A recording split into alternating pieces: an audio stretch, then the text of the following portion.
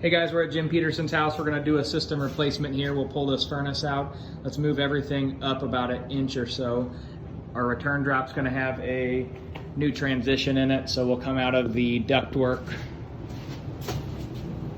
up here. That new return drop's gonna be an inch wider than this existing one and 2 inches deeper than the existing one. But we'll transition the same way, 7 inches this direction and then back down to the floor.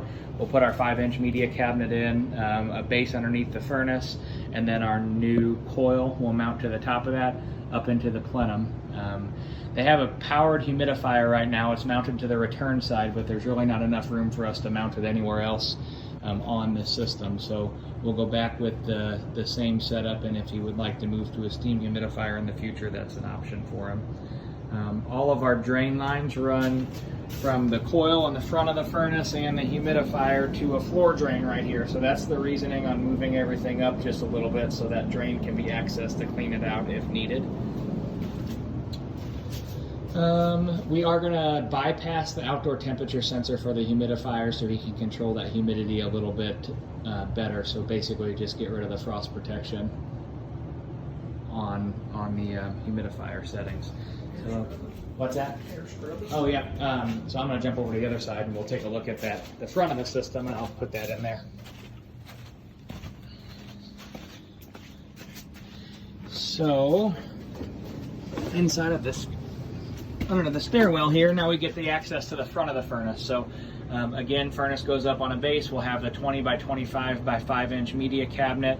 My return drop is going to be bumped up just a little bit. There's enough space there for that. Flue pipe, you have your intake is marked here and your exhaust is over there on the other side. If we need to reconfigure that, we can, whichever way is going to make the most sense for access to the coil. Drain line, again, comes out of the side of the furnace right there. And we're going to mount an air scrubber into the plenum, and we'll just put that over here on this side wherever we have space up above the new coil. Refrigerant lines are going to run out of the front of my new coil. We're going to bring them across. We'll just cut the old ones and we can abandon what's in through the wall and goes up through the ceiling. We'll just cut them somewhere there. And outside we'll pull out what we can.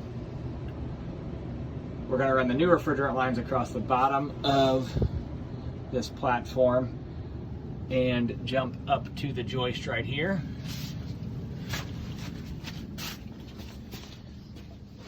And you can see where the old refrigerant lines had came out through that joist, and they run to the outside just on the left side of the I-beam there. So we'll just cut those where we can and run the new line set out through the same hole, and that'll be it for the inside.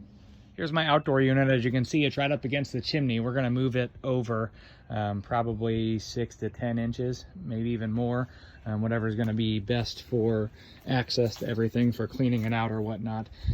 We got plenty of space over here, except you don't want to block that water line. Or is that a gas? That's the propane. So you don't want to block that regulator there. The refrigerant lines will have been replaced from inside to outside. We'll put a new disconnect box there on the wall with a new electrical whip going into the new unit, and there will be a new pad underneath the unit. And that's pretty much it. You do have a walkout basement, so we can bring everything right in through the basement in the back of the house, so you don't really have to be upstairs other than put the thermostat in. That's everything.